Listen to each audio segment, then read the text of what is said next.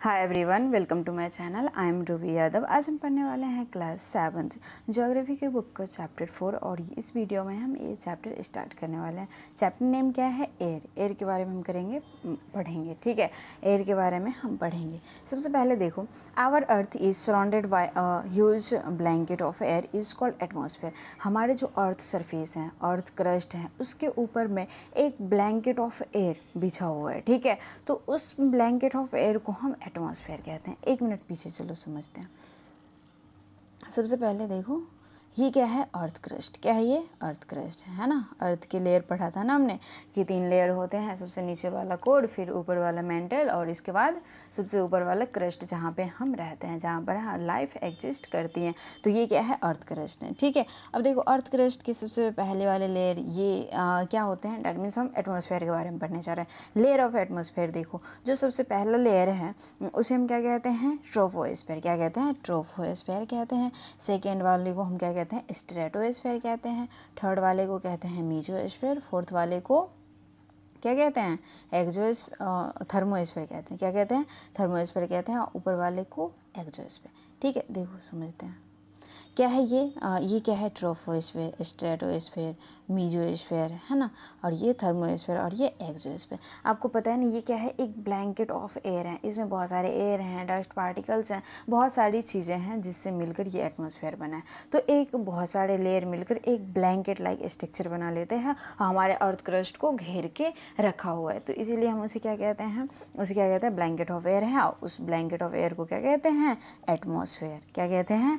Atmosphere. ठीक है, इसके बारे में हम डिटेल में पढ़ेंगे आगे, लेकिन आज देखो, All living beings on this earth depend on the atmosphere for their survival। Her living thing जो है ना, वो एटमॉस्फेयर पे डिपेंड है अपने लाइफ को सर्वाइव करने के लिए। It provide us the air we breathe and protect us from the harmful effect of sun rays. ठीक है, हम जो एयर लेते हैं उसमें भी हमें सर्वाइव करने के लिए हेल्प करता है, एयर लेने में हेल्प करता है। एंड जो सनरेज है ना, सनरेज, चलो फिर से पीछे देखो क्या होता है ना, यहाँ से मानकर चलो सन है। ठीक है, सन है, सन से क्या आ रही है? रोशनी आ रही है, डेट मीन्स रेज आ रही है। ठीक है, रेज आ रही है, रेज आ रही है, रेज आ रही है। यहाँ पे आते आते मतलब बहुत सारे ऐसे लेयर हैं जो प्रोटेक्ट करते हैं। आपको पता है ना, ये सेकेंड वाले में ओजोन लेयर बनता है ना, ऑक्सीजन से मिलकर ओजोन लेयर बनता है। ओजोन लेयर की वजह से जो भी सन रेज है, यूवी रेज है, जो अल्ट्रावायलेट रेज हैं, डेट मीन्स जो कैंसर कॉज करता है ना, आपको पता होगा, तो उससे हमें प्रोटेक्ट करते हैं। वरना ये सब लेयर नहीं होते तो ये डायरेक्टली यहाँ पर ओवरहेड नहीं होती। हमेशा जब भी रेज ओवरहेड होती तो इस अर्थ क्रस्ट पे ही होती है, और इसमें बहुत सारी जानें चली जाती और बहुत सारी ऐसी लाइफ होती जो सर्वाइव नहीं कर पाती। ठीक है, Without this blanket of protection, we would be baked alive by the heat of sun during day and get frozen during night। आपको अभी बताई थी मैं कि अगर ये लेयर नहीं होते, ये ब्लैंकेट ऑफ प्रोटेक्शन नहीं होते, तो दिन को इतनी सारी हीट आती कि लाइफ सस्टेन ही नहीं कर पाती, और बाद में रात को इतने सारे फ्रीजेस हो जाते हैं, फ्रोजन हो जाते हैं सब कुछ, हीट ना होने की वजह से, कूल की वजह से, कि उसमें भी बहुत सारी लाइफ सर्वाइव नहीं कर पाती। So it is this mass of air that has made of the temperature on the earth level. ठीक है, टेम्परेचर हैं और वो एटमॉस्फेयर ही क्या करते हैं? बैलेंस करके रखता है, इसीलिए हम मतलब सर्वाइव कर पाते हैं। ठीक है, अर्थ पर। अच्छा चलो, हम नेक्स्ट पढ़ने जा रहे हैं कंपोजिशन ऑफ एयर। कंपोजिशन मतलब क्या होता है कि किन किन चीज़ों से मिलकर कुछ चीज़ें बनी हैं। ठीक है, जैसे हम एयर के बारे में पढ़ेंगे तो हम देखेंगे कि कंपोजिशन ऑफ एयर क्या है, कंपोजिशन ऑफ एटमॉस्फेयर पढ़ेंगे कि एटमॉस्फेयर में क्या क्या चीज़ें हैं, एयर हैं, डस्ट पार्टिकल्स हैं, क्या क्या चीज़ें हम आगे देखते हैं। Do you know that the air we take in while breathing is actually mixture of the many gases। आपको पता है कि जो आप ब्रीथ करते हो, एयर इनटेक करते हो, तो उसमें क्या क्या चीज़ें मिली होती हैं? नहीं पता है ना, चलो देखते हैं। Nitrogen and oxygen are two gases which make of the bulk of the atmosphere. ये बोल रहे हैं नाइट्रोजन एंड ऑक्सीजन हैं, ये 2 गैसेस हैं जो कि बल्क ऑफ एटमॉस्फेयर हैं। इनके स्ट्रेंथ है एटमॉस्फेयर रहने का क्या है? वजह है। ठीक है, carbon dioxide, helium, ozone, argon and hydrogen are found in least quantities. ठीक है, देखो ऑक्सीजन एंड नाइट्रोजन के अलावा carbon dioxide, helium, ozone, argon and hydrogen भी प्रेजेंट है। हाइड्रोजन भी प्रेजेंट है लेकिन लेस अमाउंट में। क्या है? लेस अमाउंट में। क्या है? ऑक्सीजन और नाइट्रोजन से कम अमाउंट में है। ये सब जो गैसेस हैं ना, ये प्रेजेंट है। Apart from these gases tiny particles are also present in air. हमारे जो गैसेस हैं, गैसेस के अलावा बहुत सारे डस्ट पार्टिकल्स भी हमारे एयर में प्रेजेंट है। The pie chart gives you the percentage of constitution of air. ठीक है, यहाँ पर देखो चार्ट में बताया गया है क्या है कि 21% क्या है? ऑक्सीजन है और कितने 78% क्या है? नाइट्रोजन है। एंड आर्गन कितना है? 0.93%। Carbon dioxide 0.03%। ऑल अदर जो भी क्रिप्टॉन, हीलियम देखा था वो क्या है? वो कितने हैं? 0.04%। आया समझ में आपको? यहाँ तक आ गया? चलो हम आगे पढ़ने जा रहे हैं। आप ना इसे फिगर को देख लेना, आप बनाने की कोशिश करना, प्रैक्टिस करते रहना और आपको आना चाहिए। ठीक है। Nitrogen is the most plentiful gas in the air. When we inhale, we take some amount of the nitrogen into our lungs and exhale it. आपको पता है ना, जब आप इनहेल करते हो तो बस ओनली ऑक्सीजन थोड़ी ना है। सिलेंडर है कि सिलेंडर में बस ऑक्सीजन प्रेजेंट है। एयर में बहुत सारे जो एयर हैं बहुत सारी चीज़ों से मिलकर बनी है ना, तो उसमें बहुत सारी चीज़ें होंगे। तो उसके साथ हम जब ऑक्सीजन ले रहे होते हैं तो उसके साथ कुछ नाइट्रोजन भी इनहेल हम कर लेते हैं, वो लंग्स में जाता है और लंग्स से हम एक्सहेल भी कर लेते हैं। ठीक है, जिसकी ज़रूरत नहीं होती वो हमारी बॉडी नहीं लेती ना, तो उसे एक्सहेल कर दी जाती है। ठीक है। But plants need nitrogen for their survival. आपको पता है, लेकिन नाइट्रोजन को सर्वाइव करने के लिए, अपनी लाइफ को एग्जिस्ट करवाने के लिए नाइट्रोजन की बहुत ज़्यादा ज़रूरत होती है। ठीक है। They can not nitrogen directly from the air. Plant है, प्लांट वो डायरेक्टली एयर से नाइट्रोजन नहीं ले सकता। ठीक है। 78% नाइट्रोजन प्रेजेंट है हमारे एयर में, लेकिन प्लांट डायरेक्टली नहीं ले सकता। Bacteria that live in soil and root of the some plant take nitrogen from the air and change it form so that plant can be used. आपको पता है ना कि ये लेग्यूमिनस प्लांट होते हैं। पीछे वाले पेज पे चलते हैं, फिर से समझते हैं। रफ कर दूँ? रफ कर दूँ। आपको समझ में आ गया ना ये एटमॉस्फेयर के बारे में। अब हम किसके बारे में पढ़ने जा रहे हैं? जो नाइट्रोजन फिक्स करवा, जो बैक्टीरिया नाइट्रोजन प्लांट में फिक्स करवाता है उसके बारे में। ठीक है। सबसे पहले आप देखो कि ये क्या है।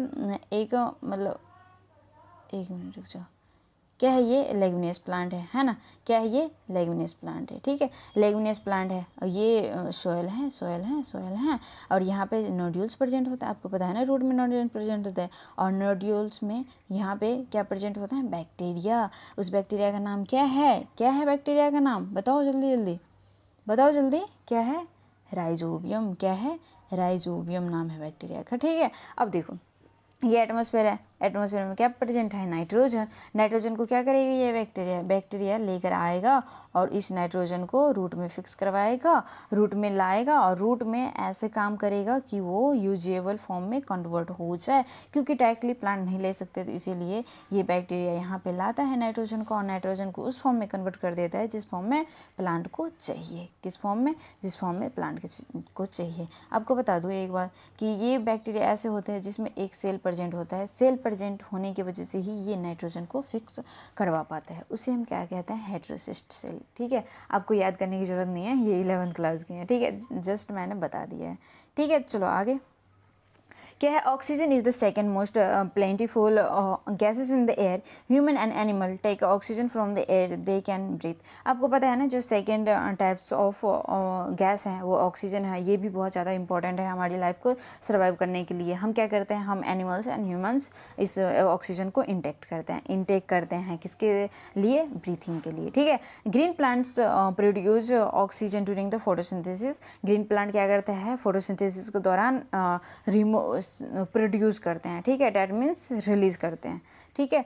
Green plant produce oxygen from photosynthesis आ गया। In this way oxygen content in the air remain constant. If we cut tree then this balance get disturb. आपको पता है ना कि जितने मतलब देखो, हम human beings and animals oxygen को ले रहे हैं एंड प्लांट रिलीज कर रहे हैं, हम ले रहे हैं, प्लांट रिमूव कर रहे हैं, रिलीज कर रहे हैं, ठीक है। तो इसके वजह से ये जो साइकिल चलते आ रहे हैं, ये जो इकोसिस्टम चलते आ रहे हैं, साइकिल चलते आ रहे हैं, तो इसकी वजह से ना एटमॉस्फेयर में ऑक्सीजन का लेवल बैलेंस होता है, ठीक है। लेकिन कई बार क्या होता है, कई बार क्या हमेशा आजकल भाई लोग ना अर्निंग के लिए क्या क्या नहीं करते, तो ट्रीज़ को क्या करते हैं, कट कर देते हैं, और ट्रीज़ कट होने की वजह से एटमॉस्फेयर पे वो पड़ता है, ठीक है, मतलब फ़र्क पड़ता है, डिसबैलेंस हो सकता है। अब देखो, carbon dioxide another important gases. Carbon dioxide भी हमारे लिए बहुत ज़्यादा इंपॉर्टेंट है। Green plant use carbon dioxide to make their food and release oxygen. आपको पता है ना, जब ग्रीन प्लांट फोटोसिंथेसिस कर रहा होता है तो उस टाइम ग्रीन प्लांट को कार्बन डाइऑक्साइड चाहिए होता है फोटोसिंथेसिस करने के लिए, एंड फोटोसिंथेसिस के बाद O2 रिलीज़ करते हैं, डैट मीन्स ऑक्सीजन रिलीज़ करते हैं। ये प्रोसेस देख लें, चलो देखते हैं क्या है रिएक्शन। देखो यहाँ पे बता रही हूँ कि सबसे पहले इसे वाटर चाहिए होते हैं फोटोसिंथेसिस रिएक्शन के लिए। तो वाटर कहाँ से लेता है, ये रूट से। एंड CO2 भी चाहिए होता है, कार्बन डाइऑक्साइड भी चाहिए होता है। कार्बन डाइऑक्साइड कहाँ से लेता है, बताओ जल्दी जल्दी, जब तक मैं इरेज कर लूँ, जल्दी जल्दी बताओ।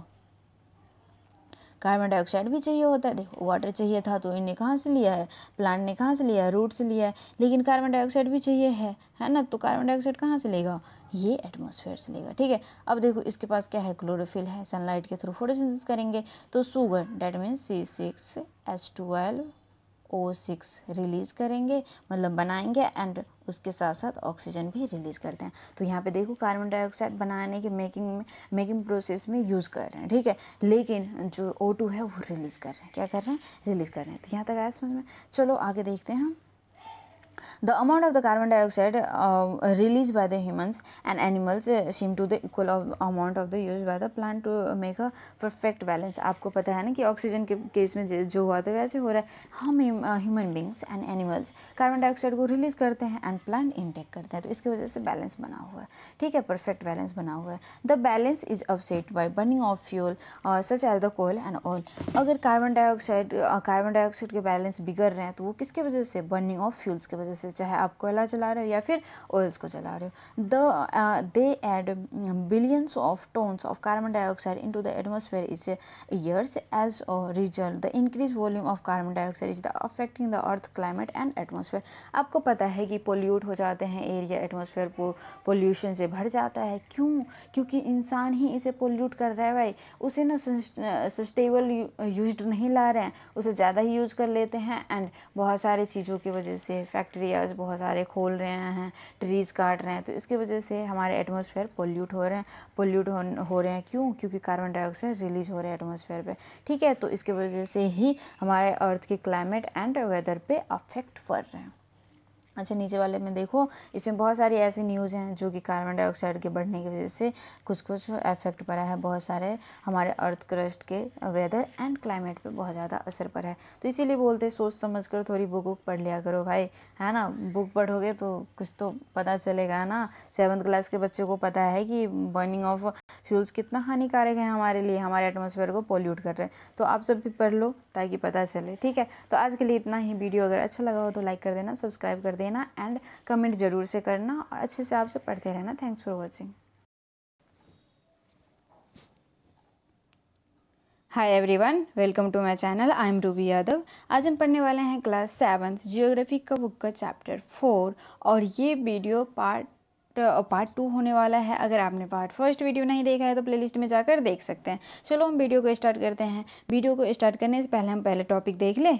टॉपिक क्या है आज का, स्ट्रक्चर ऑफ एटमॉस्फेयर। एटमॉस्फेयर के स्ट्रक्चर के बारे में पढ़ने जा रहे हैं। तो चलो हम अच्छे से पढ़ते हैं। क्या है, our atmosphere is divided into 5 layers starting from earth crust, ठीक है। आपको पता है ना कि जो एटमॉस्फेयर है, हमने पिछले वीडियो में भी पढ़ा था कि layer structure of atmosphere, that means layer of atmosphere 5 होते हैं। कौन कौन सा होता है, ट्रोपोस्फेयर फर्स्ट में, सेकेंड में स्ट्रेटोस्फेयर, थर्ड में मीजोस्फेयर, फोर्थ में थर्मोस्फेयर, एंड फिफ्थ में एक्सोस्फेयर। आ जाओ इस पेज पे देखते हैं। ये क्या है, अर्थ है, ठीक है। अर्थ क्रस्ट है, आपने पढ़ा है ना, क्या लेयर ऑफ अर्थ पढ़ा है, ये क्रस्ट है।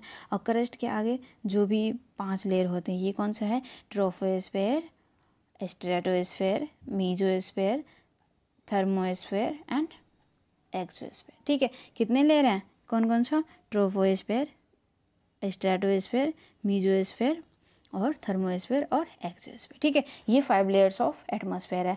एटमॉस्फेयर के 5 लेयर होते हैं, troposphere, stratosphere, mesosphere, thermosphere and exosphere. मेरे साथ याद करते जाओ, अभी से याद करते जाओ। ठीक है, तो चलो हम इसके बारे में पढ़ने जा रहे हैं। सबसे जो नीचे वाले लेयर हैं और जो अर्थ क्रस्ट के जस्ट पास में ही है, उस लेयर को हम क्या कहते हैं, troposphere.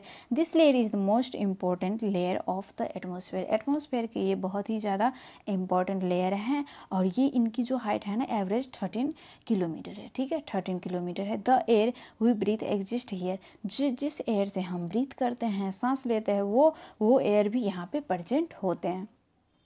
Almost all weathering phenomena like rainfall, fog, hailstorm occur in this layer. Almost सारे जो वेदरिंग होते हैं ना, वेदर फेनोमिना होते हैं, वो इसी लेयर में होते हैं, ट्रोपोस्फेयर में ही होते हैं।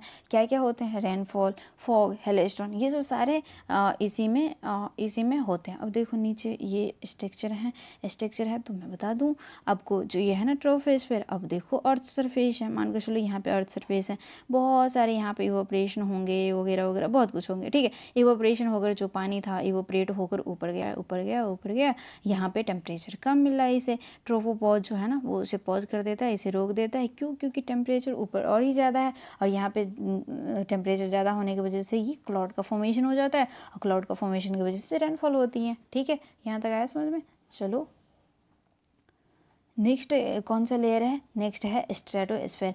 Above the troposphere lie the stratosphere. थोड़ा सा ऊपर क्या प्रेजेंट है, ट्रोपोस्फेयर के ऊपर स्ट्रेटोस्फेयर प्रेजेंट है और इसकी जो हाइट होती है ना वो 50 किलोमीटर एवरेज में होती है। This layer is almost free from cloud and associated weather phenomena making condition most ideal for flying aeroplane. आपको पता है ना, जो ये है ना, नीचे देखो जो एटमॉस्फेयर है ना, ये यहाँ से लेके यहाँ तक जो भी है ना, ये वाले जो एरिया, इस पर ज़्यादा वेदर का फेनोमेना ज़्यादा कुछ होता नहीं है, ज़्यादा नहीं होता। इसी की वजह से यहाँ पर एरोप्लेन को फ्लाई किया जाता है। ठीक है, फ्लाई करवाया जाता है। We have just learn how it protect us from the harmful effect of the sunrays. आपको पता है ना, बहुत ही ज़्यादा मोस्ट इंपॉर्टेंट बात कि यहाँ पे ओजोन लेयर बनाए जाते हैं। ऑक्सीजन से ओजोन लेयर बन गए, ओजोन लेयर बनने की वजह से जो सन में से जो अल्ट्रावायलेट रे आ रही हैं, रे आके हमारे अर्थ के एटमॉस्फेयर पे डायरेक्टली ना जाके यहीं पे ख़त्म हो जाती हैं। किसके वजह से, ओजोन लेयर ही इसे क्या कर देते हैं, डिस्ट्रॉयड कर देते हैं। ठीक है, आपको पता है, बहुत ही ज़्यादा मोस्ट इंपॉर्टेंट बातें हैं तो याद रखना। नेक्स्ट क्या है, mesosphere. This is the third layer of the atmosphere. Atmosphere के थर्ड लेयर हैं and it lie above the stratosphere. Stratosphere के जस्ट थोड़ा सा ऊपर है। इट एक्सटेंड 80 किलोमीटर तक ऊपर है। ठीक है, कहाँ तक है, 80 किलोमीटर तक ऊपर है। और यहाँ पे पता है आपको, मेट्यूरॉइड्स बर्न होते हैं। मेट्यूरॉइड्स बर्न होके इस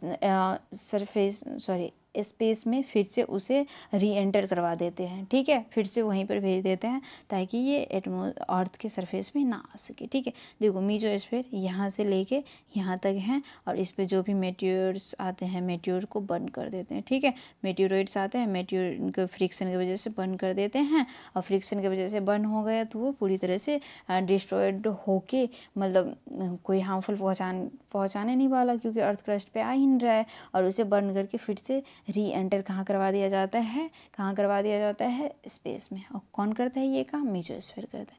ठीक है, एटमॉस्फेयर के थर्ड लेयर यही काम करता है। अच्छा देखो, फोर्थ लेयर जो है ना वो क्या है, थर्मोस्फेयर। थर्मो मतलब आपको पता है ना, थर्मो मतलब हीट, हम साइंस में हीट पढ़ते हैं। In thermosphere temperature rise very rapidly with increase height. Ionosphere is part of this layer. देखो क्या होता है ना यहाँ पे, कि यहाँ पे टेम्परेचर थोड़ा बहुत घटता बढ़ता रहता है। ठीक है, बढ़ेगा फिर कम भी होगा। क्यों, क्योंकि यहाँ पे आइनोस्फेयर भी बनता है। आइनोस्फेयर मतलब चार्ज आना, पॉजिटिव नेगेटिव आना, और इसकी वजह से तो टेम्परेचर बढ़ेगा ही, है ना। It extend 80 to 400 kilometre. और ये जो है ना थर्मोस्फेयर, ये 400 किलोमीटर तक यहाँ पे लाई करते हैं। This layer help to the radio transmission. In fact radio waves transmitted from the earth are reflected back to the earth by this layer. आपको पता है कि रेडियो जो ट्रांसमिशन होते हैं वो इन्हीं लेयर के थर्मोस्फेयर की वजह से ही होते हैं, और ये रेडियो वेव जो भी होते हैं ना वो इन्हीं की वजह से होते हैं। ठीक है, बार बार आते हैं फिर जाते भी हैं। एक्सोस्फीयर जो लास्ट लेयर ऑफ एटमॉस्फेयर है, the upper most layer of atmosphere is known as exosphere. Exo मतलब सबसे ऊपर जो बाहर वाला है, ठीक है, ऊपर वाला लेयर यही है। This layer has very thin air. इसके पास बहुत ही थिन एयर होते हैं, और इसमें लाइट कुछ गैसेस होते हैं जो वहाँ पे फ्लोट कर रही होती है। उस गैसेस का नाम क्या है? Helium and hydrogen. Helium hydrogen ऐसे गैसेस हैं जो कि बहुत ही ज़्यादा लाइट हैं और वो फ्लोट कर रहे होते हैं एक्सोस्फीयर में। अब देख लो कैसे दिखता है ये, देखो एक्सोस्फीयर ये रहा, ये लाइंस दोनों मतलब एक दूसरे को अलग कर रहे हैं। तो यहाँ पे हीलियम और हाइड्रोजन होंगे और फ्लोट कर रहे होंगे। ठीक है, तो आज के लिए इतना ही, इस वीडियो में हम इतना ही कवर कर पाएँ। तो अगर वीडियो अच्छा लगा हो तो लाइक कर देना, सब्सक्राइब कर देना और कमेंट ज़रूर से करना। अच्छे से पढ़ते रहना। Thanks for watching. Hi everyone, welcome to my channel. I am Ruby Yadav. आज हम पढ़ने वाले हैं क्लास 7 ज्योग्राफी का बुक का चैप्टर 4, और ये वीडियो पार्ट 3 होने वाला है। अगर आपने पार्ट 2 तक का वीडियो नहीं देखा है तो प्लेलिस्ट में जाकर देख सकते हैं। चलो आज हम स्टार्ट करते हैं आज की पढ़ाई। आज का टॉपिक क्या है? Weather and climate. वेदर और क्लाइमेट के बारे में हम पढ़ेंगे। देखो, is it going to rain today? Will be the bright and sunny today? How many times have we heard this from NGS cricket fan speculating the fate of the one day match? आपने सुना होगा कि ऐसे मतलब जो भी cricket के fan होते हैं ना, क्रिकेटर के फ़ैन होते हैं, क्रिकेट मैच के फ़ैन होते हैं, तो वो बहुत ही पहले से वेट कर रहे होते हैं कि वो सोच रहे होते हैं, उसमें उनके मन में नेगेटिव थॉट आते रहते हैं, क्या बारिश होगी, क्या बारिश नहीं होनी चाहिए, हम अच्छे से देखेंगे, कैसे अच्छे से हो जाना चाहिए, मैच कंप्लीट होने चाहिए। ठीक है, तो उन सब में बहुत ही टेंशन होती है कि ऐसे नहीं होना चाहिए, ऐसे नहीं होना चाहिए। If you imagine our body to be a radio and mind it's a speaker, weather is the something that fill red with its control now.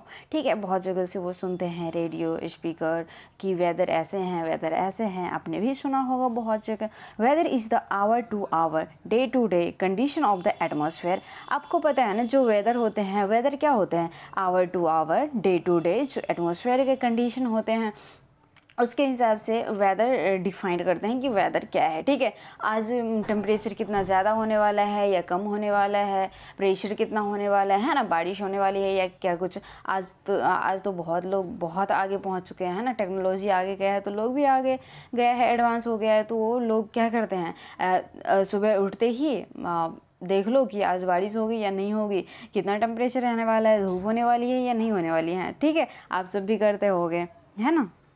आगे देखो, अ हॉट और ह्यूमिड वेदर में मेक वन इरिटेबल। जो hot and humid weather होते हैं वो बहुत ही ज़्यादा इरिटेट करते हैं हमें। अ प्लीजेंट ब्लीजी वेदर में make one cheerful and ever plan for the out going. आपको पता है जो प्लीजेंट एंड ब्लीजी वेदर है वो हमारे मतलब जो घूमने जाते हैं, हम कहीं पर ट्रिप पे जाते हैं या फिर कहीं पर भी घूमने जाते हैं, ठीक है, पिकनिक पे जाते हैं, तो बहुत ही मज़ा आता है अगर ऐसे वेदर हो तो। ठीक है, बहुत ही मज़ा आता है। हॉट और ह्यूमिड ये पढ़ लिया। ठीक है, weather can change dramatically from day to day. Weather हमेशा चेंज होते रहते हैं, डे टू डे क्या, आवर टू आवर चेंज होते रहते हैं, है ना।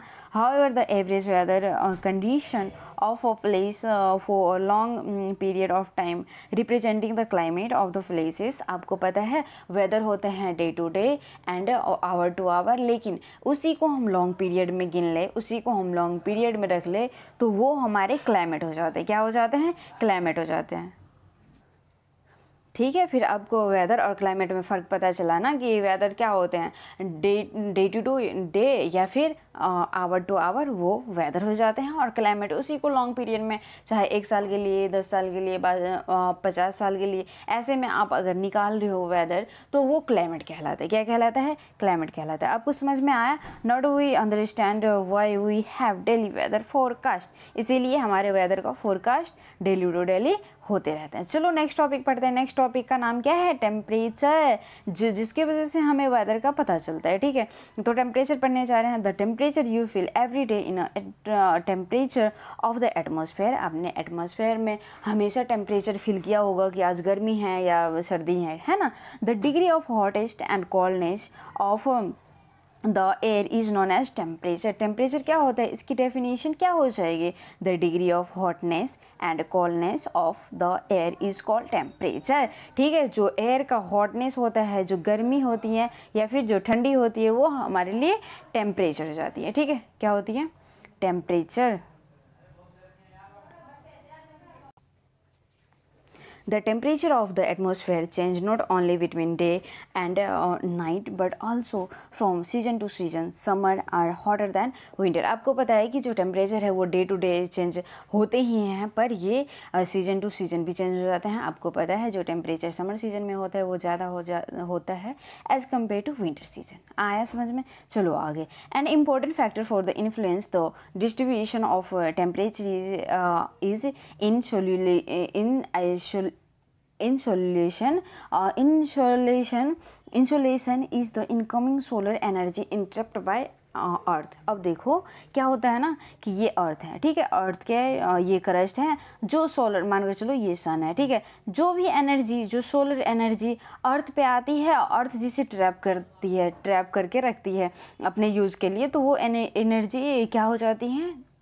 इंसोलेशन। ठीक है, इंसोलेशन एनर्जी हो जाती है, उसे हम क्या कहते हैं? इंसोलेशन। ठीक है, क्या कहते हैं?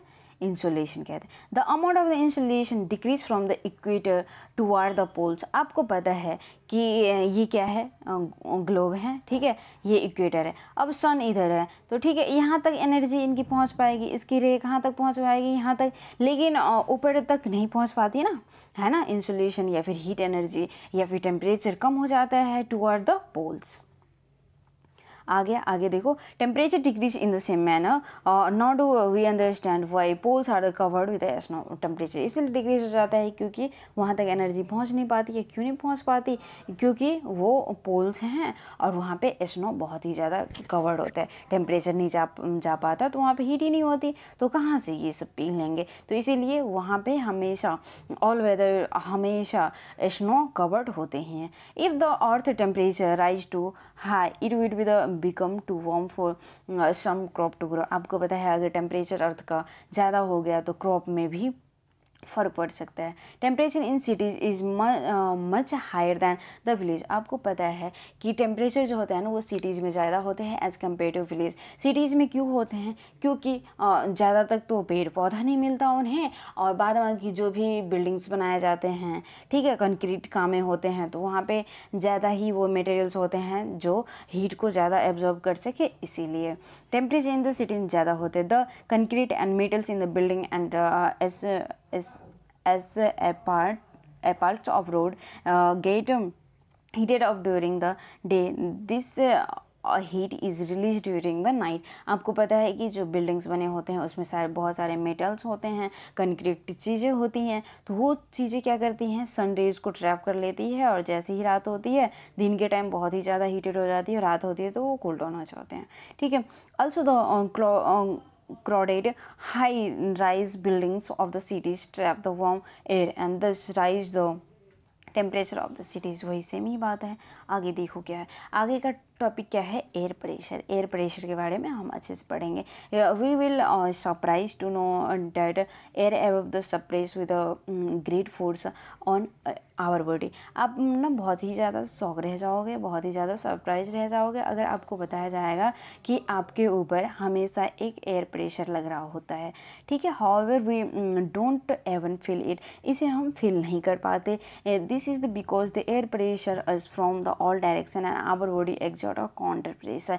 इसीलिए हम नहीं पहचान पाते क्योंकि ना हर एक दिशा से, हर एक डायरेक्शन में हमें सेम ही फोर्स इसके थ्रू लग रही है। Air pressure is defined as a pressure exert by the weight of air on the earth surface. Earth surface की वजह से ही लग रहे हैं। As we go of the layer of atmosphere earth surface से एटमोसफेयर की तरफ जाते हैं तो प्रेशर फॉल हो जाते हैं rapidly. The air pressure is highest to sea level पे ज़्यादा होते हैं, और जैसे ही डिक्रीज हाइट अगर इंक्रीज होती जाती हैं तो ये डिक्रीज हो जाते हैं। ठीक है। Horizontally, the distribution of air pressure is influenced by temperature of air is given places.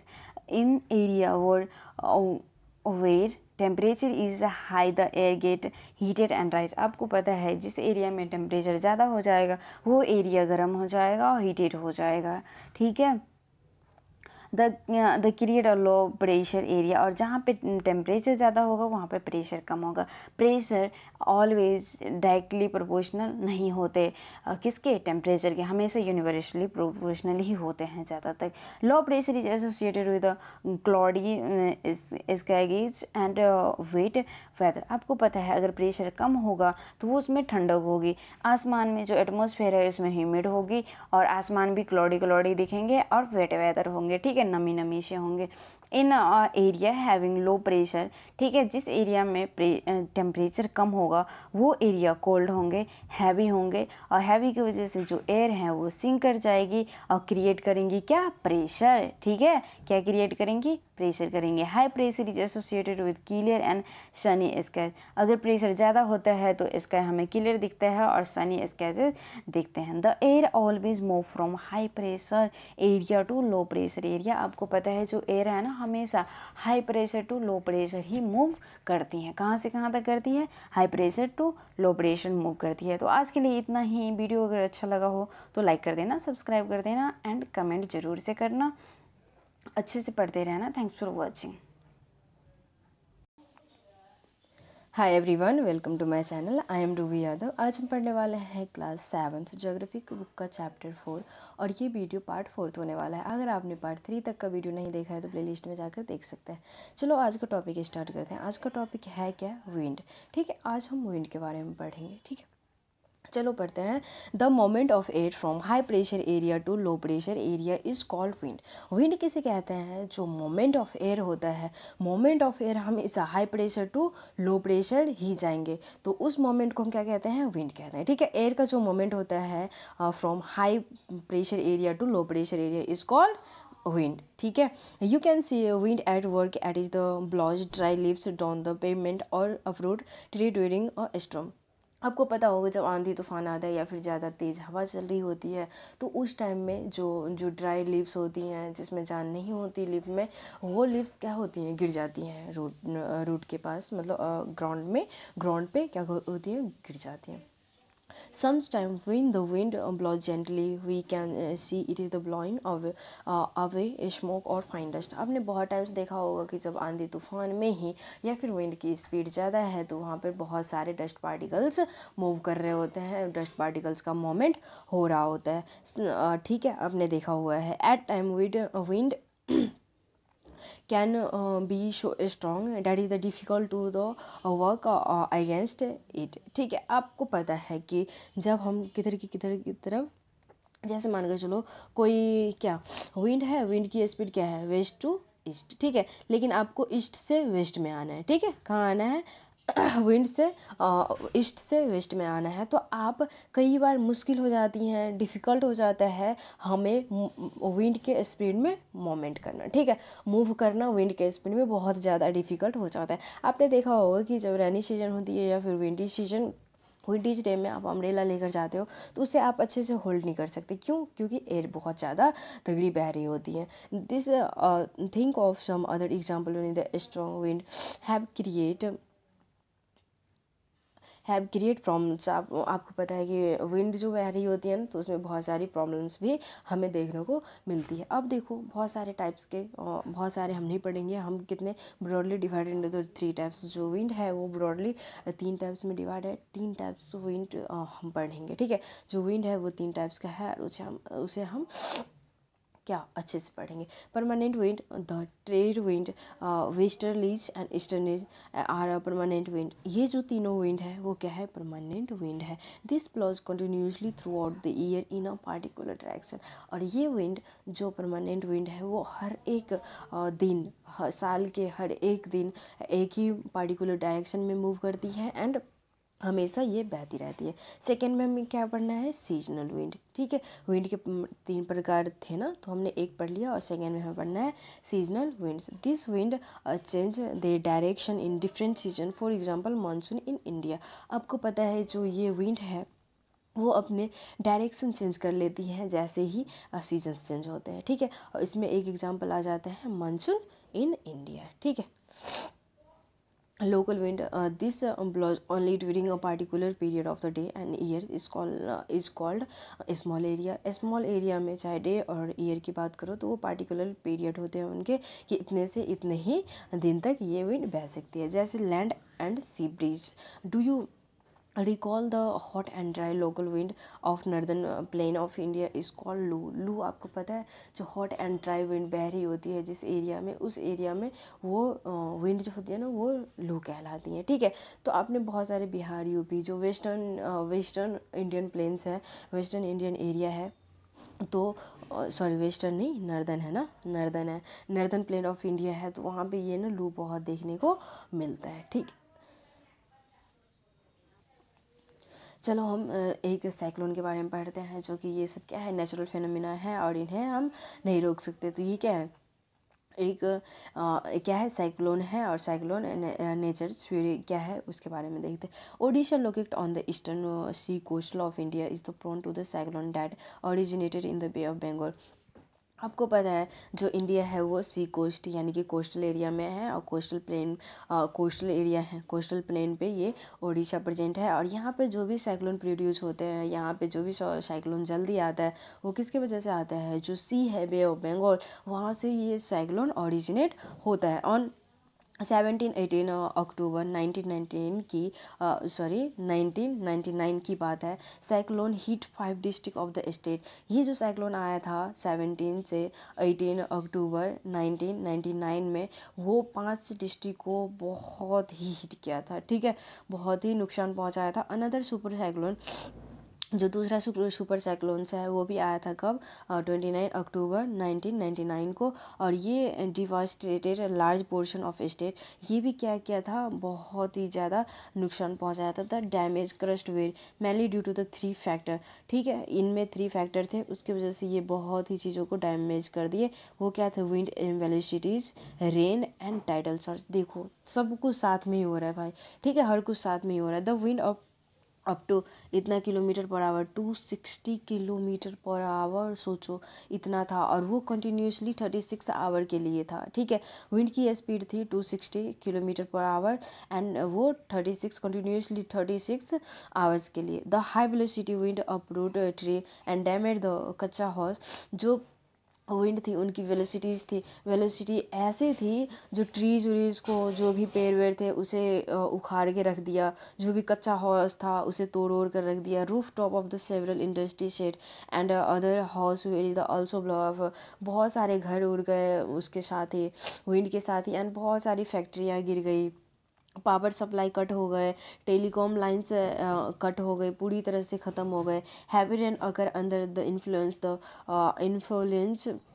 Of the cyclone for the 3 days continuously. और ये कंटिन्यूसली 3 दिन के लिए कंटिन्यूसली चलती रही। ठीक है, ये विंड 3 दिन के लिए चलती ही रही।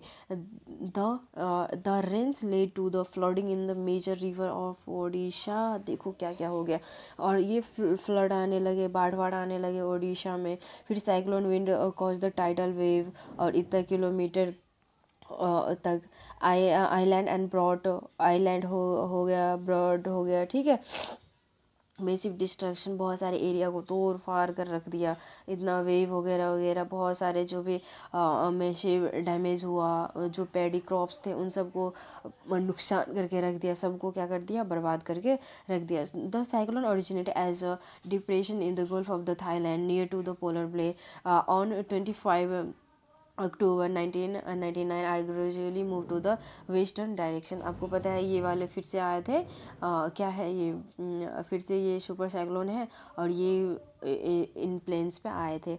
ठीक है, जो सुपर साइक्लोन है ये भी बहुत ही नुकसान किया था। और ये कब आया था? 29 अक्टूबर एट कितने 10:30 पे AM पे। ठीक है, सुबह के time. The super cyclone swept the entire coast of the Odisha including the millions including city of the Bhubaneswar and Cuttack and 28 coastal towns.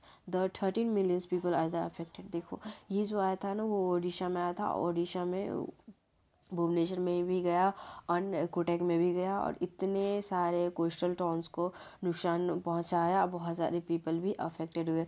और large number of the live stock will kill. ठीक है, जो लाइव स्टॉक थे, जो animals थे वो भी मारे गए। ठीक है, जो स्टैंडिंग क्रॉप्स थे, पेडी, वेजिटेबल्स, फ्रूट, वो भी डैमेज हो गए, वो भी ख़त्म हो गए। Due to the salinisation cause to the tidal surge. Salinisation की वजह से, क्योंकि टाइडल सर्ज क्या हुआ था, कॉज हुआ था। Large track of the agriculture land have the turn infertile.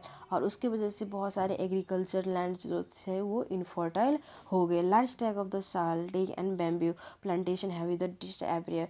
जो सैल हैं, टीक हैं एंड बैम्बू प्लांटेशन है, लोग कमर्शियली यूज़ करते हैं प्लांटेशन का, तो ये नुकसान हो गए। The mangrove forest between the Paradip and Konark vanished. ये सब, इन सब पे भी क्या हुआ, काफ़ी नुकसान हुआ। तो देखो मतलब ये नेचुरल फेनोमिना है, नेचर के थ्रू होता है तो हम इसमें कुछ नहीं कर सकते, लेकिन ये है हम इससे सेफ्टी बनाए रख सकते हैं, बहुत कुछ कर सकते हैं बचने के लिए, तो सबको करना चाहिए। तो आज के लिए इतना ही। अगर वीडियो अच्छा लगा हो तो लाइक कर देना, सब्सक्राइब कर देना एंड कमेंट ज़रूर से करना कि आपको वीडियो कैसा लगा है। अच्छे से पढ़ते रहना। Thanks for watching. Hi everyone, welcome to my channel. I am Ruby Yadav. आज हम पढ़ने वाले हैं क्लास 7th ज्योग्राफी की बुक का चैप्टर 4 और ये वीडियो पार्ट 5th होने वाला है। अगर आपने पार्ट 4 तक का वीडियो नहीं देखा है तो प्लेलिस्ट में जाकर देख सकते हैं। चलो आज का टॉपिक क्या हम पढ़ने वाले हैं। आज का टॉपिक है मॉइस्चर। ठीक है, मॉइस्चर के बारे में पढ़ने जा रहे हैं, मॉइस्चर के बारे में। ठीक है, win water evaporate from land and different water bodies.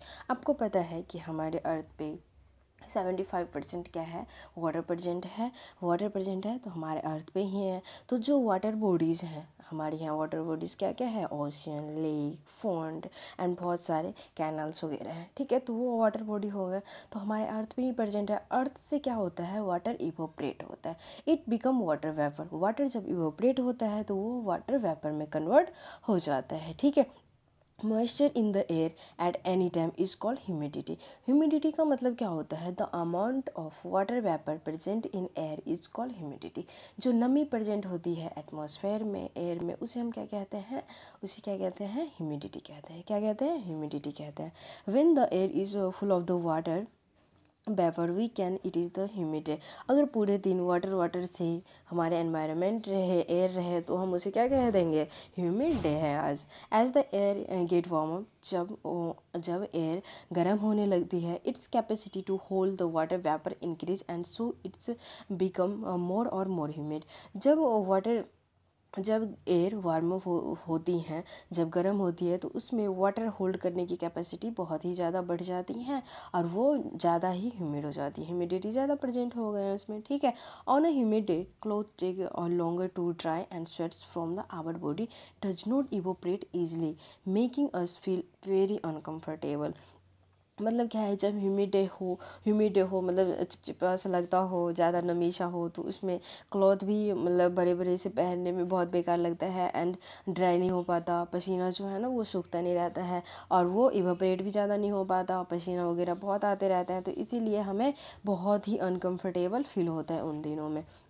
When the water vapour rise it start cooling. ठीक है, जब वाटर वेपर राइज होता है, ठीक है, जब वाटर वेपर राइज हो जाता है, राइज होता है, फिर हमें कूलिंग से फील होता है। ठीक है, कूलिंग से the water vapour condense causing formation of the droplet of water. आपको पता है कि हमने टेम्परेचर दिया था, तो मानकर चलो टेम्परेचर ज़्यादा है तो वाटर इवोपरेट हुआ।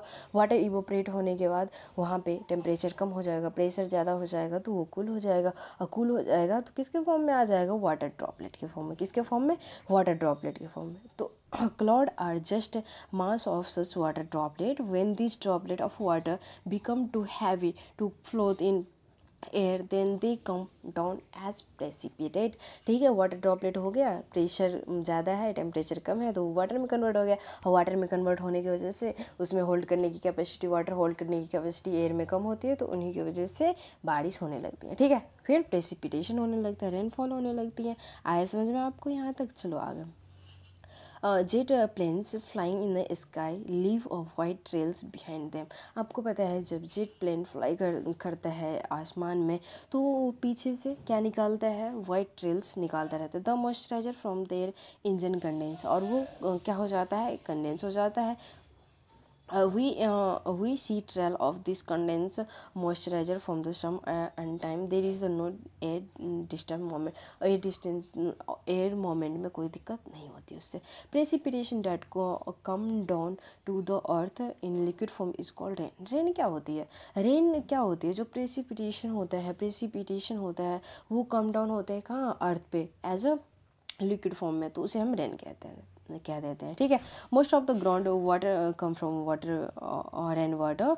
ठीक है, जो ग्राउंड पे वाटर आते हैं तो वाटर बहुत ही कॉज हो जाता है किसके थ्रू, रेन वाटर के through. Plant help preserve water, plant बहुत ही ज़्यादा हेल्प करता है वाटर को प्रिजर्व करने में। When tree on hill side are cut.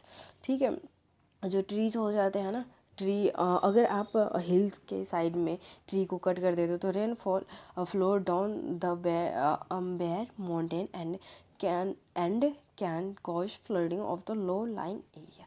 आपको पता है जब रेन वाटर होते हैं तो अगर आप ट्री को, हिली एरिया पे ट्री को काट देते हैं तो वो सारा पानी डाउन एरिया में आ जाता है, उसके वजह से फ्लडिंग भी हो सकती है। ठीक है, on the basis of the mechanism there are 3 types of rainfall, the convectional rainfall, orographic rainfall and cyclic rainfall. ठीक है, अब देखो जो रेनफॉल है वो कितने टाइप्स का है, 3 टाइप्स का। कौन कौन सा, कन्वेक्शनल रेनफॉल और orographic rainfall and cyclonic rainfall. ठीक है, आपने 3 टाइप्स का रेनफॉल देखा है। यहाँ पर देखो फिगर में क्या है, सबसे पहला जो है ना वो साइक्लिक रेनफॉल है। साइक्लिक रेनफॉल मतलब क्या है कि देखो मान के चलो यहाँ पर क्या है, वाटर बॉडीज हैं जो ओशियन कुछ भी मान लो, ठीक है, ओशियन, सी, पॉन्ड, लेक, कुछ भी। तो यहाँ पर देखो टेम्परेचर ज़्यादा है, टेम्परेचर ज़्यादा है तो पानी कहाँ गया, ऊपर गया, वेपर के फॉर्म में ऊपर गया, ऊपर में इसे टेम्परेचर कम मिला, और प्रेशर ज़्यादा मिला तो वो रेनफॉल के फॉर्म में नीचे आ गया। तो ये क्या है, साइक्लिकल, पहले वाटर वेपर बना, फिर वाटर ड्रॉपलेट बना, है ना, फिर प्रेसिपिटेशन हुआ, तो ये क्या है, एक साइक्लिकल है।